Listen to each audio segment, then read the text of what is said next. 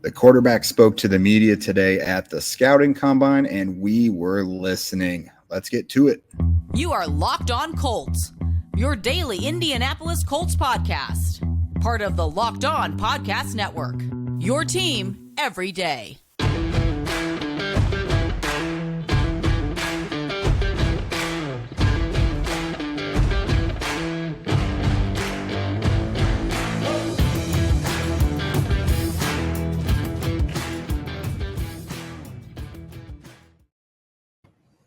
Thank you for tuning in and making us your first listen of the day. This is your daily podcast covering your Indianapolis Colts, part of the Locked On Podcast Network, your team every day. Today's show is brought to you by FanDuel Sportsbook, the official sportsbook of the NFL. Make every moment more. Visit FanDuel.com/lockedon today to get started. I am Jake Arthur, joined as always by the one and only Zach Hicks. We are reporting to you once again today from the 2023 NFL Scouting Combine here in Indianapolis. So we finally heard from the quarterbacks. Of course, that's the only thing all of us care about right now in Colts land until the draft actually happens. So we paid special attention to a handful of these guys. Bryce Young, C.J. Stroud, Will Levis, Anthony Richardson, and Hendon Hooker primarily. Zach also got in touch with some later round guys like Dorian Thompson-Robinson, Clayton Tune, and Jake Haener. You guys, if you haven't seen yet, check out the Locked On Colts YouTube, the channel. We've got those media availabilities coming to you guys, so check those out. You can see those in full. We're going to kind of tell you what our thoughts were on those appearances today. So we'll go ahead and start out with Bryce Young. He was first out to bat. So my first impressions, if you're looking for the fiery leader type, general type quarterback, he's probably not your guy. A little soft spoken. He's definitely a guy who's probably leads by example. That's the way he gets guys to follow him. But yeah, very soft spoken. Seems like a nice kid, but did have some good answers for us out there. He acknowledged, of course, he cannot change his height unless you're going to put him on the torture rack. But he said he expects to weigh in here in Indy about 200 pounds and that he thinks he can maintain it. So we'll see. We'll see. He can definitely maintain something, yes. Around maybe probably more closer to 180 something. But right, yeah. But yeah, we'll see. That's always going to be a big question for him, especially considering what he played at this past season. Coming in here at 201, 202, whatever. It's not going to change too much outside of, clicking off that RAS box for Math Bomb, the RAS box or whatever, and getting that up a little bit. But no, I saw a lot of his quotes and stuff like that. And I saw some of the videos you posted there, and yeah, he does come off as a really quiet, like smart, kind of like football nerdy type kid. Yeah. And I think he kind of fits that Shane Steichen style of person. Shane Steichen is very, very similar. Shane Steichen's not going to come out here rah-rah and screaming. He's not going to come out here, big charismatic type guy or whatever like that. But Shane Steichen's going to sit down, he's going to talk ball, and he's going to tell you about like why it's going to work, why it wasn't going to work. And Bryce Young kind of gave that same sense. Obviously you couldn't go into the X's and O's and stuff today with him or anything like that, but I bet if you did, you would see him light up and really get into it just like Shane Steichen would. So yeah, I think, if you're looking for that football nerd, that quiet football nerd kid who will probably open up down the line once he gets away from that Nick Saban type of system and stuff, a little more jovial setting maybe in the NFL. Right. So yeah, I didn't have any issues obviously with his presser, and I liked some of the things he had to say, and I really wish we could have just gone more into X's and O's with him because I think that's really where he's going to shine. But for today, for all you can do at a combine presser, I came away liking Bryce Young and really enjoying him as a person and as a player. And again, if the Colts take him, I'm more than happy. Yeah, I really got the sense that he's a guy that's just going to chill and focus on his craft. He seems like a really hard worker. And you and I both spoke to one of his tight ends from Alabama, Cameron Latu, today. He was available for the press. And, I asked him, I was like, we just talked to Bryce earlier today. Seems like a really quiet guy. Like, what's he like in the locker room? How is he as a leader? And he said, what you see is what you get, what you guys saw out there. He's kind of the same with us, but that doesn't mean he's going to shy away from leadership or addressing he's not going to shy away from addressing things the way he probably feels he wants to do it. Yeah. He's still going to bring things up that needs to be brought up, but it's not going to be in a domineering tone. Right. And let's remember, leadership comes in a lot of different styles. Oh, yeah. Peyton Manning is the guy when things are serious, everyone's serious, right? Because when he comes in, but Andrew Luck was a guy who was fairly nerdy, fairly quiet, very, very goofy, and people still gravitate to that, but they mostly gravitate to your play. So if your play is great, they'll gravitate to it. Mm-hmm. But Bryce Young seems like a kid who, when you're in the film room, he's going to be the most talkative one ever. Yeah. When you're out on the practice field, maybe not as much outside of, telling you the correct way to line up. But for a lot of guys, that does work. That kind of style works because that's a dude where you always feel like you can rely on them. Mm-hmm. I've been around quarterbacks and people in general who are like that. It's not the guy that you may want to share a beer with, but when you're going to work, that's the guy you can rely on. Oh, for sure. So yeah, I wouldn't write him off for anything. I mean, I don't think anyone is writing him off for being quiet or anything, but if we start getting stuff being like Bryce Young doesn't have the grit or the leadership or the mentality to be a leader in the NFL, I think that's preposterous. I mean, he came off as a leader to me, and just a different type of leader, and that still works in the NFL. Yeah, and I'm sure it's fresh in your mind still. That's what they said about Justin Herbert. That was one of the biggest gripes was, is he a leader of men? Does he love football enough? Blah, blah, blah, because he's not the football drill sergeant, and he's worked out pretty fine so far. So that can't happen. But someone who is their presser was kind of night and day from Young's was C.J. Stroud from Ohio State. I'm not going to say he came off as cocky, but he definitely came off as confident, and he commanded the room. Right. I think all of us who were there watching him came away like, yeah, this guy, like, whether or not, if he doesn't make it, it's not going to be for a lack of trying. He's confident. He seems like he knows what he wants to do to make it work. He's a guy that his teammates will fight for. Man, and George Bremer, we've been talking to him a lot today. He said that Stroud's presser came off as a 13-minute love letter to Chris Ballard. And man, I agree. After we left that one, I was like, I think the Colts are going to love CJ Stroud. Yeah. Because, you look at the type of player that Indianapolis likes to draft under Chris Ballard, it is those energetic, like highly motivated type guys, the guys who are fun to be around, the party type guys, but also the guys who show that they're hungry and show they want it. And CJ Stroud kind of gave all that today. He showed off the personality that he is, the reason why those teammates love him and they want to play with him, while also being a pretty fun, laid back guy, that knows what he wants. So yeah, I agree with you. I think if I were looking at all these pressers today and saying which personality Chris Ballard likes the most, which personality best lines up with his love for Michael Pittman Jr. and Shaquille Leonard and those types of personalities, I think it's CJ Stroud. I think CJ Stroud's the guy who's going to endear himself to the type of locker room that Chris Ballard has already crafted here in Indianapolis. Whether that's good or bad for you guys, whether that is good or bad for you guys, I think if you look at this Indianapolis locker room, CJ Stroud's personality and mind fits really well with what Chris Ballard has been trying to build for years. Yeah, and a fun little buzzword we've gotten used to this offseason has been accountability. And that's something that he seems to bring to the table. He talks about he'll see things on film leading up to a game, or whether it's a correction in practice, what have you, that he'll pull guys aside and say, we probably need to fix this. Here's what you can do next time to make it a little better, and we'll get there. But something I really liked about him, he just kind of described himself as, he likes to throw guys open. He loves to try and be as accurate as possible, and that shows on his tape. But yeah, he also described himself as someone who he likes to eliminate pressure from the defense before it even starts. Like he says the strength of his is identifying like pre-snap pressure and things like that, which is awesome and has been something that the Colts has been pretty clunky the last couple of years. Right.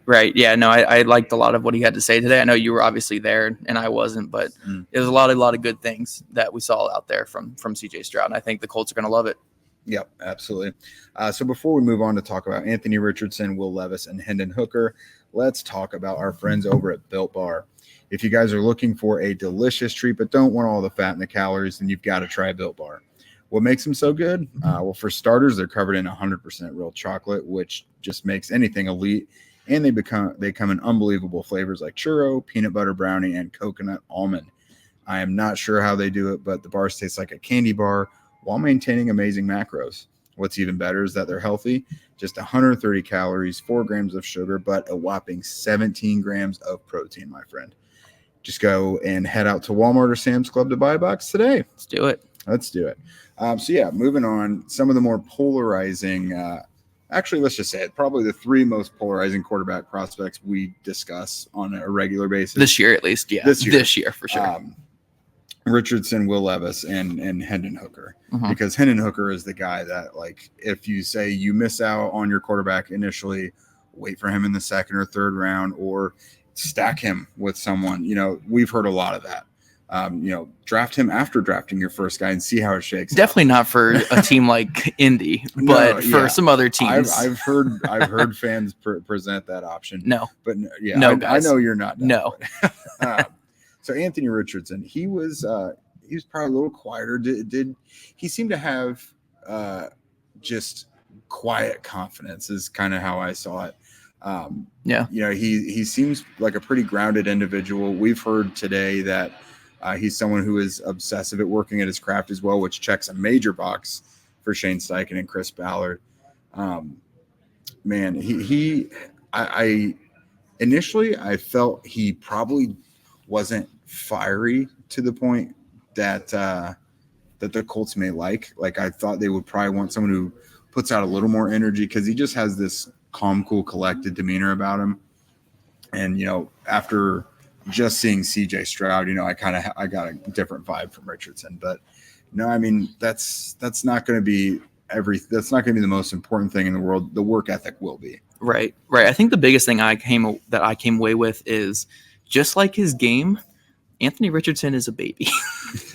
he's a little fluffy, around the, you just gotta iron that out a little bit. Yeah. Like his media stuff, not physically, because the guy's chiseled. No, but just in terms of mechanics, in terms of his mind and his experience playing on the field, and then also just dealing with media and being that kind of personality. I think there's a lot of things to like there. He's a hard worker. You can tell he's hungry. You can tell that he's a bit fiery, but he hides it under this quiet shell. Yeah. But the biggest thing that you kind of take away from all this is he's just still kind of not ready for a lot of things. Even with media, today he said something about how he can't catch every ball that he throws. And look, with the media things, you want honesty, but media gets on you if you're honest. And he's not experienced enough with media to know that, to know, sure, he is 100% right. He can't catch every ball, and those receivers did not do him any favors there at Florida. Well, you don't come out here and say that, especially when one of those teammates is here at the combine. Even though he shouldn't be here at the combine, he is here at the combine. So, I definitely think that he's just really raw in everything. He's raw in being a starter. He's raw in being an NFL prospect. He's raw in being a quarterback on the field. He's raw in dealing with media. But that doesn't take away from, this is a kid who has rare traits, rare athleticism, rare ability. And honestly, I think he has a rare mindset from just listening to him today. So, do you think you can round out all that raw stuff and get to the rare abilities? That's the biggest question. And I still think all those questions are there after today. Yeah, I mean, he said he wants to be one of the greatest, Patrick Mahomes, Tom Brady, along those lines. And if the work ethic is what we hear it is, then, I mean, he's got a very high ceiling. We know that. Someone else who's considered someone with a high ceiling, but maybe like a little rough around the edges, Will Levis. He was confident in his ability as well. He was asked, a lot of times top quarterbacks don't throw at the combine, and why are you doing it? He said, I have a cannon and I want to show it off. So no shortage of confidence. He didn't want to show it off at the Senior Bowl, but he wants to show it off here. But no, he kind of checked off those work ethic and confidence and leadership boxes that the Colts are looking for as well. He talked about leadership is a big deal to him. He wants to lead by example. And then, he knows that, getting into a locker room, he has to earn their trust first, and then he can kind of do that. That's something C.J. Stroud discussed as well. Leadership is a big thing to both of those guys. But something I know you're always enamored with when it comes to quarterbacks is mechanics. Yes. And that's something he's kind of obsessively worked at. I mean, remember when he was at Penn State, he was a wildcat running quarterback. And now he's turned himself into a possible top 5 draft pick. And, he's worked, building himself from the feet up. And I asked him about that as well. I said, I know you've put a lot of attention to that. What's the plan going forward? And he gave me a great answer about it. You know, he discussed in length, you know, going from his feet to his abdominal area, everything, how it's all going to work together to make him a, you know, more accurate, crisp passer. That he will go into more detail on that. If you guys check out that video I mentioned earlier, we have the Will Levis media availability up, so you can check that out. But no, I generally, I know his availability kind of rubs some people the wrong way today. If they just caught certain snippets, they probably thought he came off as cocky, but I was fine with him today. I like quarterbacks who are cocky. You know, yeah, it's just my thing. I feel like a quarterback should be cocky because you're going to be one of the 32 best in the entire world at what you're doing. Mm-hmm. You know, you should be cocky. You're one of the most sought out things ever. So, I liked Will Levis's availability. There's nothing that really changed my opinion about him. Mm-hmm. I firmly still believe that he's not another Mitch Trubisky or Zach Wilson type, but is he much more than that is the biggest question. Mm-hmm. And that's what he's going to prove in these media things. He's going to prove on the field next year. I do like a lot about him and a lot about his game, but there are a lot of concerns, a lot of real concerns about it. And you know, people, if they already don't like him, are going to come away even worse with all this. But yeah, no, I still like Will Levis for what he is. And I think he can be something someday. And obviously, again, combine media stuff's not going to change it. But I like the mentality. I like, you know, addressing mechanics and talking about being cocky and stuff. I like that stuff, man. I like a cocky quarterback. What can I say? Yeah, I'd rather the quarterback be cocky about it than just real ho-hum and not sure about himself. Although we're used to Andrew Luck here, so we're used to Andrew Luck. Yeah. So Andrew Luck is pretty sure. But you know, I take a cocky quarterback that's confident on the field and trusts their ability than one who is quiet and doesn't trust their ability on the field and plays like it. You know, so I'm all cool with a cocky quarterback. Just obviously, you know, don't go Baker Mayfield levels with it, and we're good. Yeah, and I know everyone seems to bring this up when it comes to Will Levis, so let me back him up on this. The food stuff, the eating the bananas with the peel and the mayonnaise and the coffee, he did say that's not something he just does. Like, it's just stupid, pranky, silly type stuff that he did with his girlfriend. So rest assured, if he gets drafted by the Colts and you wait on him at a coffee shop, he's not going to want mayo in it, so don't worry about it. Next up is probably the least likely of the bunch to go to the Colts just because they're going to get their guy immediately. But Hendon Hooker, I loved everything about Hendon Hooker's media availability. If he wasn't, 25 and had the torn ACL, I would be so down with him being in this mix for the top. You know, he has the mentality. I asked him about leadership and film study and stuff, and he said his film study and preparation for any given game, the amount of stuff he does he described it as like ridiculous, I think is what he said. Yeah, as a quarterback, and, you should. For sure. You want that. You don't want a guy who you're worried they're playing Call of Duty instead or like any of the crap that we've heard in recent years. But no, this guy is all in. His teammates love him. He's a leader. He holds people accountable. He probably gives the Tennessee offense a little too much credit for what he might be able to do in the NFL. We'll see. But I know you've got some opinions on that as well. Yeah. But man, I think he said all the right things. Plus, you guys listening out there, I mean, you'll probably love the fact that Peyton Manning is one of his mentors, of course, as a Tennessee quarterback. Yeah, the thing with Hendon Hooker is the best thing that could ever happen for his stock is Jalen Hurts.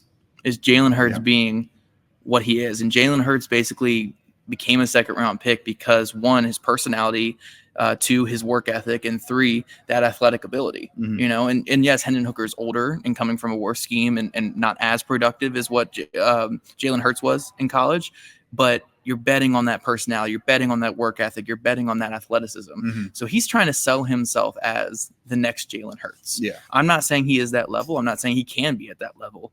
But that's the thing he's going to sell himself on. And I knew today just going into that presser that he was going to sell a lot of people that he is that Jalen Hurts because he is that kind of personality. Now, we just got to see as it translates to the field next year for whatever team takes him. But no, he's an interesting option. And I think he's great personality and a good kid and a good player. So some team, I don't think it should be the Colts because they need to take one of these guys high. But I do think Hendon Hooker is going to be a good quarterback for whatever team gets him. Yeah. And just for those wondering about his recovery from the ACL, I think he said he's going to start running again next week. And he's projected to make his return to full football stuff around training camp. So anyone drafting him, it doesn't seem like it's going to be a huge concern. I mean, he'll have a little catching up to do, but being there for training camp is pretty big. Right. So guys, before we talk about some of my targets for the day, and guys, I ran around too while Jake was talking to these quarterbacks, we want to talk to you about FanDuel, which is America's #1 sports book. The midway point of the NBA season has passed, and now is the perfect time to download FanDuel because new customers get a no sweat first bet up to $1,000. That's bonus bets back for your bet if it doesn't win. Just download the FanDuel Sportsbook app. It's safe, secure, and super easy to use. Then you bet on everything from the money line to point scores and threes drained. Plus, FanDuel lets you combine your bets for a chance at a bigger payout with same game parlay. So don't miss the chance for your no sweat first bet up to $1,000 in bonus bets when you go to FanDuel.com/locked-on. That's FanDuel.com/locked-on to learn more. Make every moment more with FanDuel, an official sports betting partner of the NBA. All right, guys, so we're going to talk about some of the players I talked to today because I let Jake handle the scrums. I'm a little claustrophobic. I have some anxiety issues, and I knew I'd overheat and sweat. And Jake is typically in those situations, and I'm not. We were in the mud this morning. Yeah, so Jake was in the mud, and I was running around to the lesser-known guys and talking with them. And, I'll lead this part off with a local kid to talk about, and that's Payne Durham, the Purdue tight end. Mm-hmm. I went over there. You actually were with me because tight ends were not overlapping with any quarterbacks. So I know you're going to post some video on Payne, right? Yeah, I've got a little bit of video before it became a show about a particular team in the ASC. Right. So Payne Durham, I went over there and talked to him, and I think I was the first person to get a question in. And the biggest thing was talking about blocking, because look, the Colts need a blocking tight end so bad. Yeah. I know you guys don't want to hear it. You guys are all about that pass game. It's not sexy to talk about the run game and blocking, but Payne Durham, man, he's the best blocking tight end in this class. And he went to Purdue, local kid, and I know that his agency is in Indy as well. So I think there's a lot of ties here to the Colts for Payne Durham, and they need that blocking tight end. So what did you see with Payne before I get to my rant on my other dudes here? No, he it all sounded good to me. He takes pride in his blocking, and it doesn't seem like he's you want a tight end who is invested in his ability to block and understands that's his strength and isn't trying to go out there and be the next Travis Kelce or something. Like, some guys just got to know what their strength is, and that's how you best help the team. And it sounds like Payne is going to be right along those lines. I mean, we've seen, especially last season, how valuable a guy like Jack Doyle was, who was not a star receiving tight end, but his bread was just really buttered in the trenches, just moving guys, making sure Jonathan Taylor could bust those 60-yard runs. You need those blocking tight ends, pass game as well, and then pass blocking. So Payne Durham is going to be – he's maybe not Travis Kelce or any of those guys, but he's going to be valuable to whoever drafts him. Yeah, hoping he's there in round 4 or 5 for the Colts, but I think if he has a good combine today, which I think he's going to be moving here soon, or tomorrow is when he'll be running probably. So you guys will – already hear this before he's running and stuff like that. But yeah, Payne Durham, I'm kind of hoping it tests a little slower for the Colts in my selfishness, but we'll see what happens there. I did talk to 3 quarterbacks today. None of the guys I want the Colts to take, obviously, because they are taking a guy in the top 5, absolutely not taking a late round guy or a mid round guy. But the 3 guys I talked to are Dorian Thompson-Robinson, Jake Haener, and Clayton Tune. I only got a couple questions in with these guys, but I think when you're talking those day 3 quarterbacks, those kind of late round guys, these 3 are really promising guys. Clayton Tune, super productive, kind of dual threat guy there at Houston. Jake Haener, the toughest quarterback in this class, a guy who can hang in the pocket and deliver a strike. Mm-hmm. And then Dorian Thompson-Robinson, he's a guy who can run a little bit, he can create after, and he got better every year. He was a 6-year starter there at UCLA, and he just got better and better every single season. So there's good players. I actually asked Jake Haener and Clayton Tune about who they're working with this offseason.